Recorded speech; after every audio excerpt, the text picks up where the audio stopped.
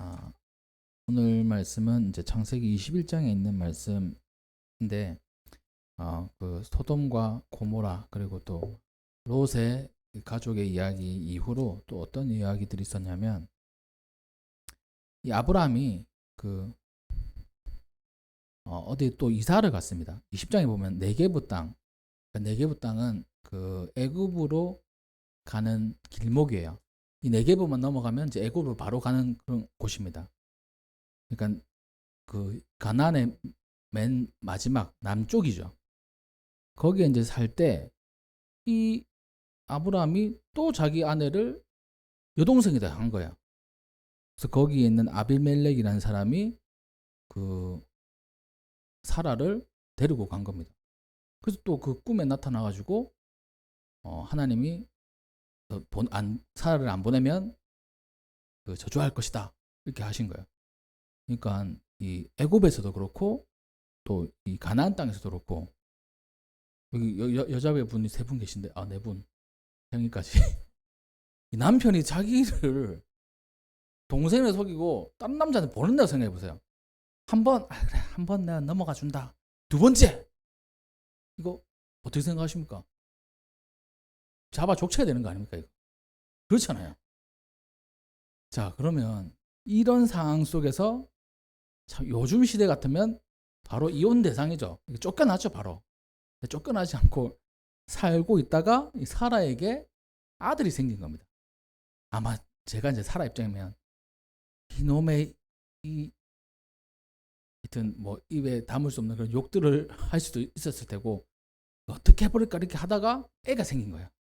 애가 생기니까 어떨까요? 그러니까 좀 마음이 좀 누그러진 거예요. 애가 생겨가지고 그런 상황입니다. 그런 상황에 마음에 풀리지는 않았어요. 사라는 이 할방구 언제 한번 두고 보자 이런 마음이 있었지 않았을까요? 이 젊을 때는 아브라함한테 찍소리 못했을 수도 있습니다. 근데 나이가 들어가면 들어갈수록 그렇잖아요. 나이가 들어가면 들어갈수록 이 집안에서 엄마의 목소리가 더 커집니다.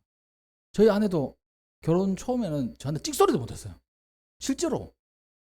지금은 제가 찍소리를 했다가는 이제 큰일 납니다. 지금 매 맞는 남편인데요.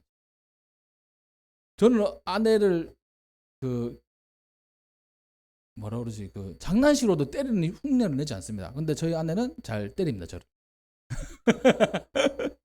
발길로 이렇게 태권도를 해가지고 발이 이제 날쌔거든요.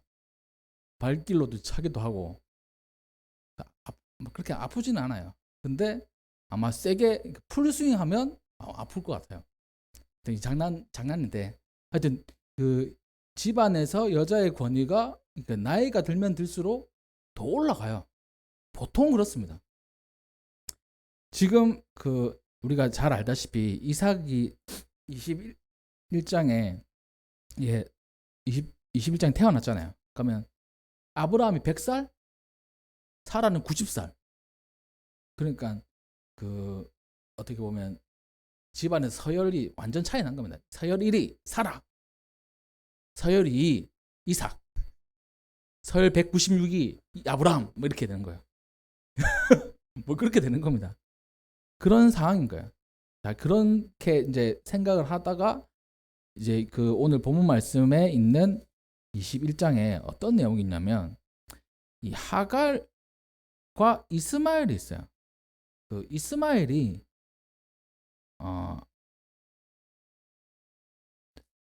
몇 살 정도 됐을까 생각했을 때 아마 17살쯤 됐다고 생각이 들어요. 왜냐 그러니까 창세기 16장 16절에 보면 이스마엘이 태어난 때에 아브라함의 나이가 86세라고 되어 있어요. 그러니까 오늘 본문 말씀 이 8절에 보면 아이가 자라며 젖을 떼고 이삭이 젖을 떼는 날에 아브라함이 큰 잔치, 우리로 치면 돌잔치인 거죠. 이 돌잔치는 아닌데 우리로 치면 돌잔치의 개념인 겁니다. 이 젖을 뗀다는 거는 한 3살, 4살 이쯤 될 거예요. 그러니까 이스마엘의 나이는 17살. 17살이면 어떻습니까? 남자아이 17살. 사춘기. 사춘기에서 이제 그 성인으로 넘어가는 그 시기, 고등학교 그때잖아요. 중학교에서 고등학교 넘어가는 그 사이. 얼마나 질풍노도의 시기입니까? 그렇잖아요. 이스마엘 입장에서 보면 지금하고 시대가 다르기 때문에 그 좀 다를 수도 있겠지만 보통 이 남자의 혈기왕성한 나이예요. 17세면.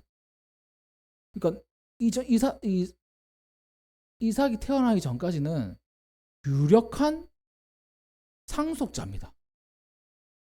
이스마엘이요.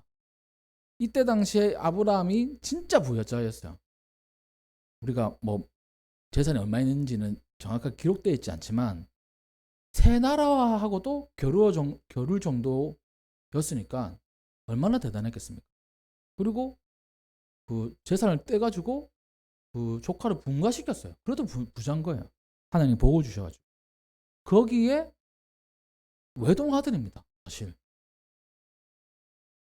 종의 자식이긴 하지만 유력한 영순위 상속자인 거야. 그렇게 지내다가 갑자기 그 진짜 상속자가 나타난 거예요. 그러면 이 하갈과 이스마엘의 입장에서는 어떨까요? 얼마나 그 마음속에 울분 그리고 또 그 이삭을 향한 그 부러움과 또 시기, 질투 이런 게 엄청 많았지 않았을까요? 8절 말씀에 아이가 자라매 젖을 떼고 큰 잔치를 열었어요. 아브라함이 큰 잔치를 베푼 겁니다.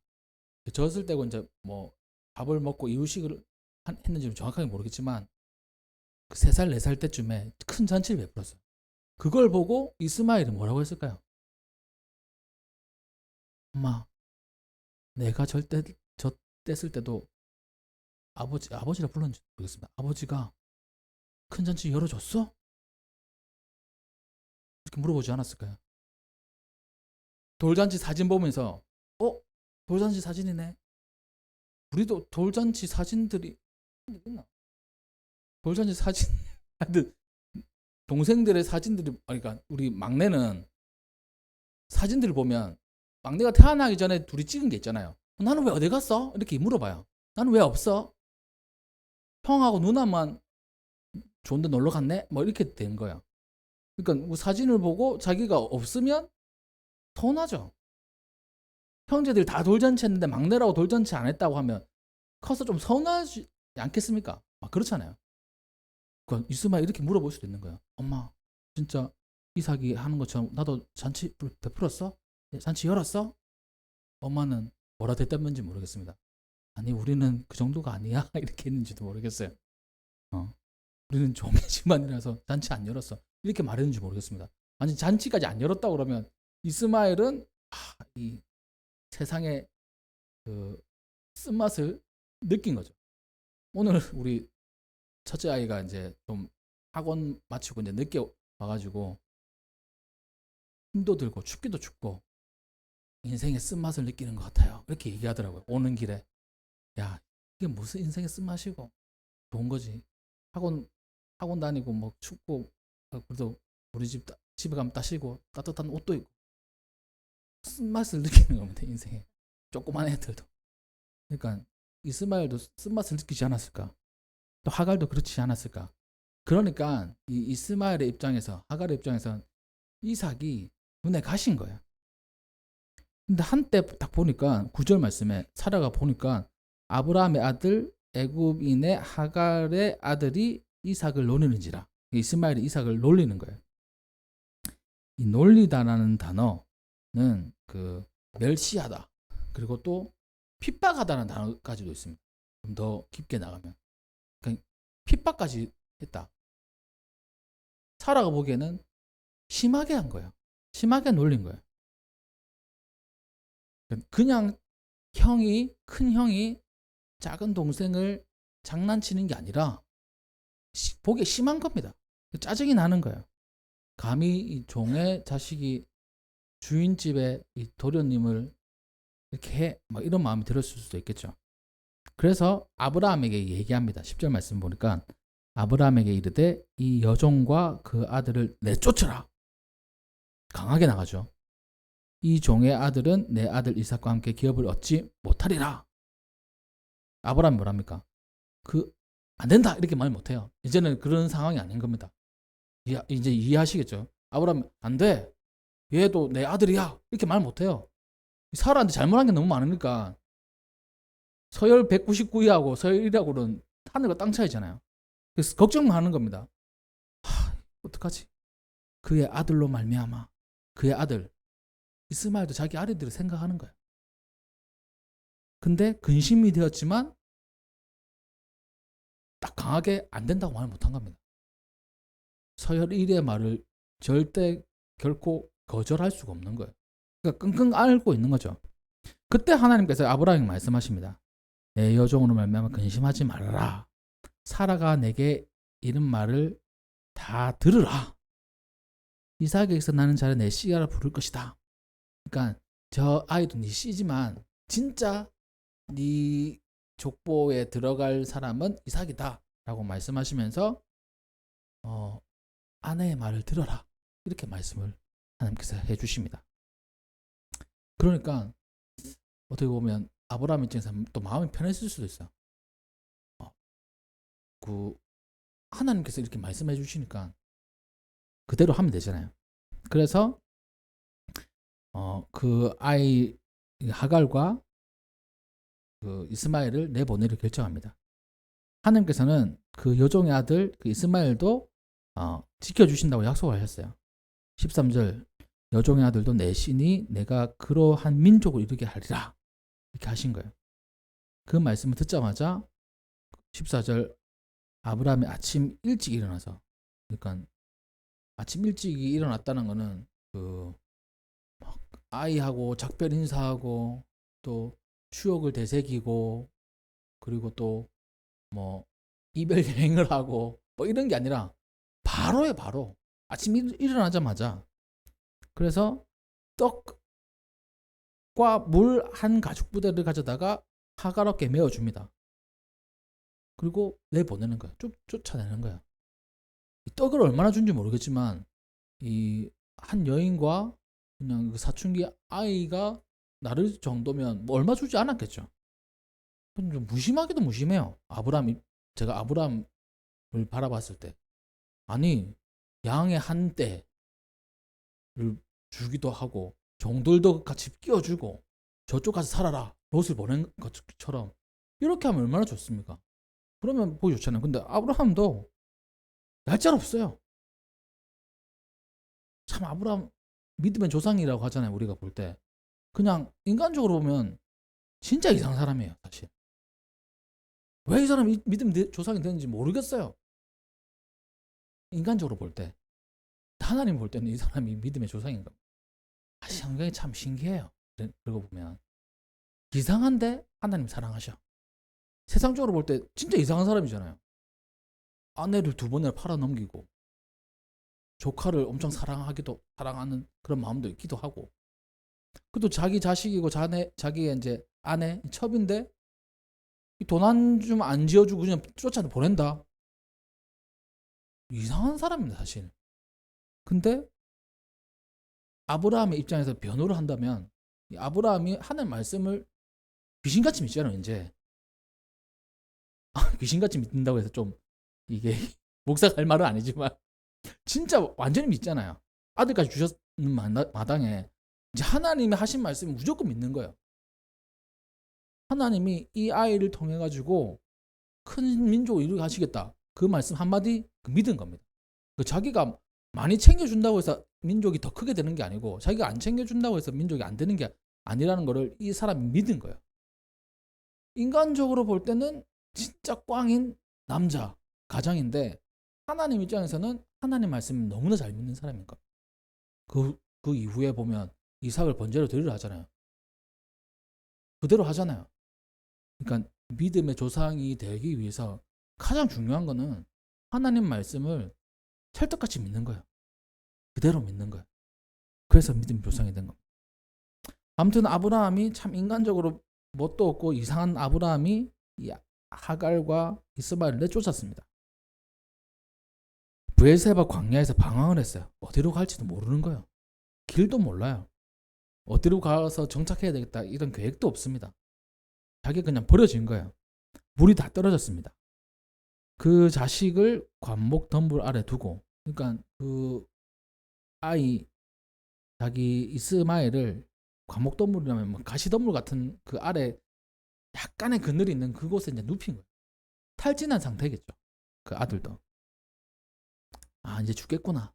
여기서 이렇게 죽는구나 이렇게 생각한 겁니다. 차마 그 아이가 죽는 것을 보지 못하겠다 하고 화살 한바탕 거리, 뭐 거리는 한 200-300m 정도 될 거예요.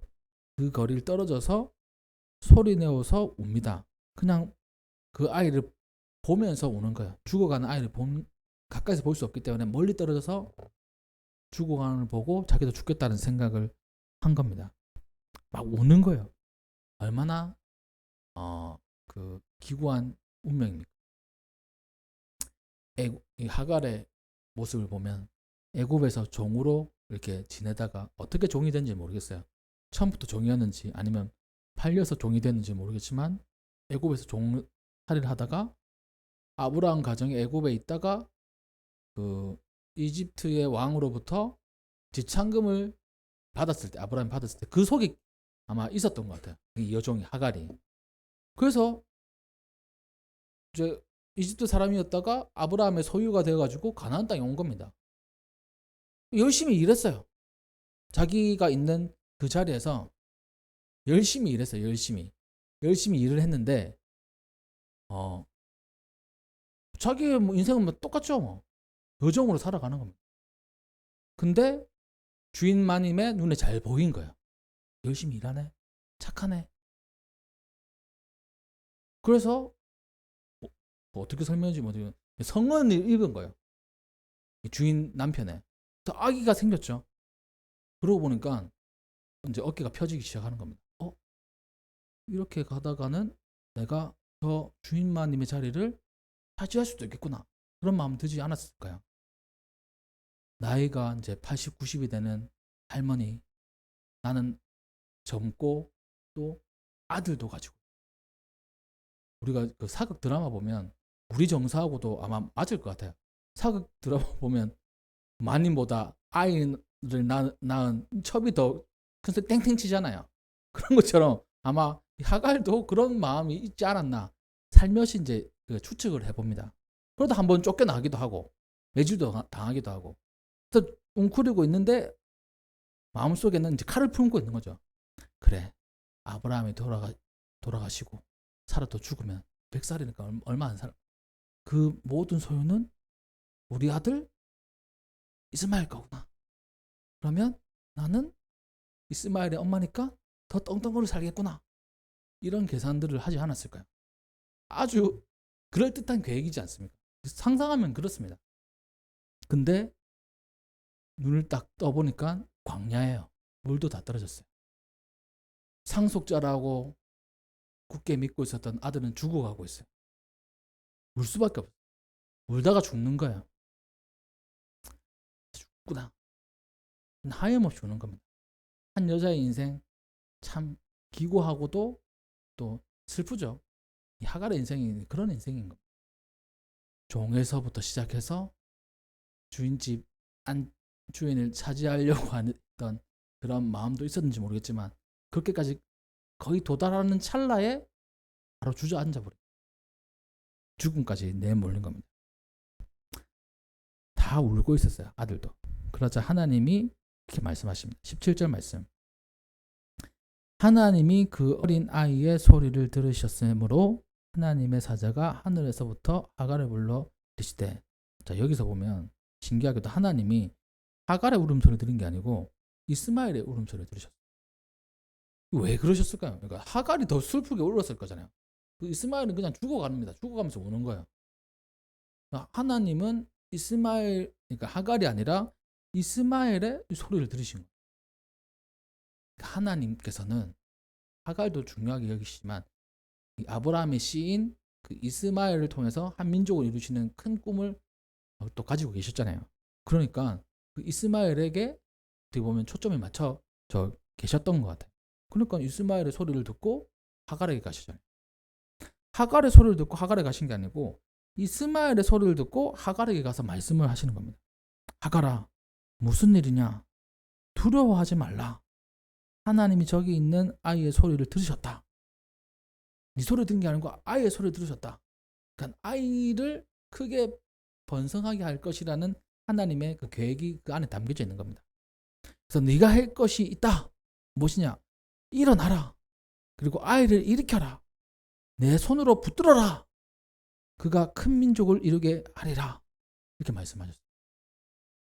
하갈이 주저앉아서 울고 있는데 일어나라고 하신 거예요. 그리고 아이를 그 죽도록 내버려 두지 말고 일으켜 세워서 내 손으로 붙잡으라고 하는 거예요. 큰 민족이 이룰 아이다. 이렇게 말씀을 하셨습니다. 19절 말씀에 그 말씀을 들으니까 하갈의 눈이 뜨였어요. 보이지 않았던 물이 보인 거예요. 샘물이 보이는 거예요. 바로 앞에 있었던 겁니다. 샘물이. 그러니까 과거를 회상하면서 추억하면서 이제 원망하는 때는 그 앞에 샘물이 안 보였어요. 하나님 말씀을 듣고 힘을 내어서 아이를 일으켜가지고 이제 살아보려고 발버둥 치니까 하나님께서 눈을 밝게 해주신 거예요. 바로 앞에 있는 복을 보게 하신 겁니다. 물을 보게 하신 겁니다. 그래서 물을 먹고 가축부대에 물을 채워서 이제 진짜 해야 될 일들을 생각나게 하신 거예요. 계획하게 하신 거예요. 아, 내가 이 아이를 데리고 살아야 되는구나. 내가 버텨내서 끝까지 살아내야 되는구나. 이런 의지가 생긴 겁니다. 그래서 어디서 정착할 건지, 어디서 살아야 되는지 생각하게 된 거예요. 그가 선택한 곳은 바란 광야였습니다. 이 바란 광야에서 거주했는데 그 어머니가 그를 위하여 애굽 땅에서 아내를 얻어주었고 이 아이의 가정을 이루게 해준 거예요. 자기의 고향에서 이 아내를 얻어주었습니다. 그래서 이제 그 이스마엘의 이 족속이 이제 탄생하게 되는 거예요. 오늘 말씀이 이러한 내용인데 오늘의 초점은 하갈입니다. 하갈. 이 하갈의 인생 앞서서도 얘기를 했지만 우리가 충분히 이렇게 상상할 수가 있습니다. 기구한 운명. 근데 이 기구한 운명에 하나님께서 복을 더해 주시는 거예요. 큰 민족을 이루게 하시는 겁니다. 그의 자손을 통해서. 그러니까 그녀가 할 일은 삶을 포기하는 게 아니고 끝까지 그 아이를 붙들고 있는 거예요. 우리 성도님들 혹시 포기한 것들이 있어요? 이건 안 돼. 자기의 자녀든 자기의 가족이든 자기가 하는 일이든 아니면 자기의 뭐 기도 제목이든 이건 안 되겠다. 포기하자. 이런 게 혹시 있을까요? 근데 오늘 말씀을 통해서 보면 포기하는 순간에 하나님께서 힘을 내라고 말씀하십니다. 내 손으로 다시 붙들어라 이렇게 말씀하시는 거예요. 그러면 큰 민족을 이루게 하겠다. 번성하게 하겠다. 더 크게 하겠다. 라고 하시면서 축복을 해주십니다. 또 그녀의 눈을 뜨게 하셔가지고 주변에 있는 복을 찾게 하시는 거예요. 물을 찾게 하시는 거예요. 그러니까 쉽게 우리가 하나님 앞에서 포기하거나 그리고 내려놓으면 안 돼요. 끝까지 붙잡을 수 있는 우리의 끈기를 하나님께서 요구하실 때가 있다는 겁니다. 내 손을 붙들어라. 이렇게 세워라. 쓰러져 있는 거 이렇게 세워라. 널브러져 있는 건 네가 손을 잡아라. 끌어라. 놓지 말아라. 이렇게 말씀하십니다. 손으로 붙들라는 거. 이 원어를 보니까 그러니까 잡아가지고 동동 맨 상태입니다. 그러니까 끊어지지 않는 거예요. 손을 놓지 않는 상태인 것을 얘기하면 끝까지 잡고 있는 거예요.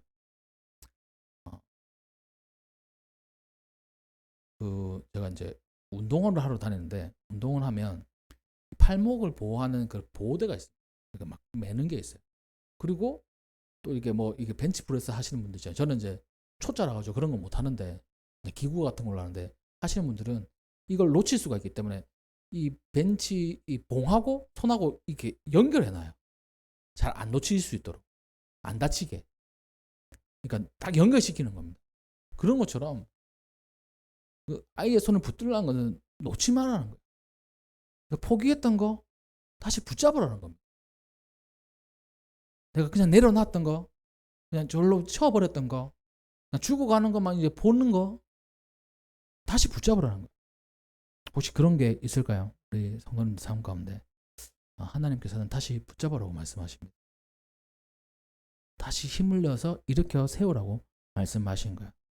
그래서 그것을 통해서 크게 하나님께서 민족을 이루게 하시고 또 우리 삶을 인도하신 하나님의 은혜를 발견하게 하신다는 겁니다. 그러한 은혜, 또 그러한 것을 다시 붙잡을 수 있는 우리 성도님들 되시기를 주님의 이름으로 축복합니다. 말씀을 정리를 하면 참 여러 가지 이야기겠지만 이 하갈이라는 이 한 여인의 이 기구한 운명과 같은 이 삶 가운데, 이상한 삶의 이 여정 가운데 하나님께서는 그 여인을 버리지 않으셨다는 거예요. 종이라고, 여인이라고, 애굽 사람이라고 하찮게 버리지 않으셨습니다. 하나님의 주인공은 분명히 아브라함이고 사라고 이삭이었어요. 이 사람은 주인공 아닙니다. 그냥 엑스트라예요. 근데 하나님께서는 붙으셨습니다. 그냥 죽게 안 내버려 두셨어요. 우리 인생도 마찬가지고 우리는 주인공이 아니잖아요. 사실 주인공이 아닌데 우리를 잡아주십니다. 붙들어 주세요. 또 우리가 포기했던 거 하나님께서는 잡기를 원하세요. 그러면 하나님께서 복을 내려주시고 하나님의 은혜 가운데 번성하게 하실 줄 믿습니다. 그러한 은혜가 우리 가운데 있기를 주님의 이름으로 축복합니다. 네, 기도하겠습니다.